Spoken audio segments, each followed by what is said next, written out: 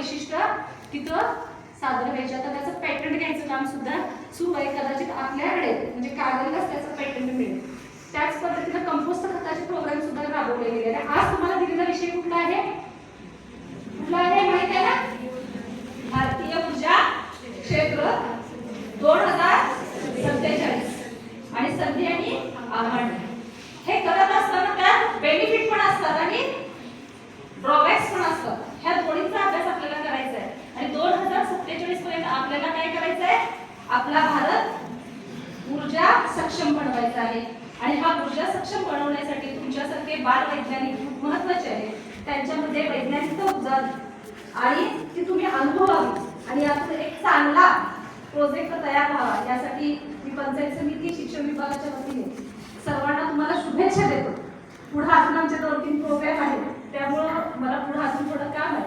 तुम्हाला मार्गदर्शक शिक्षकांना सुद्धा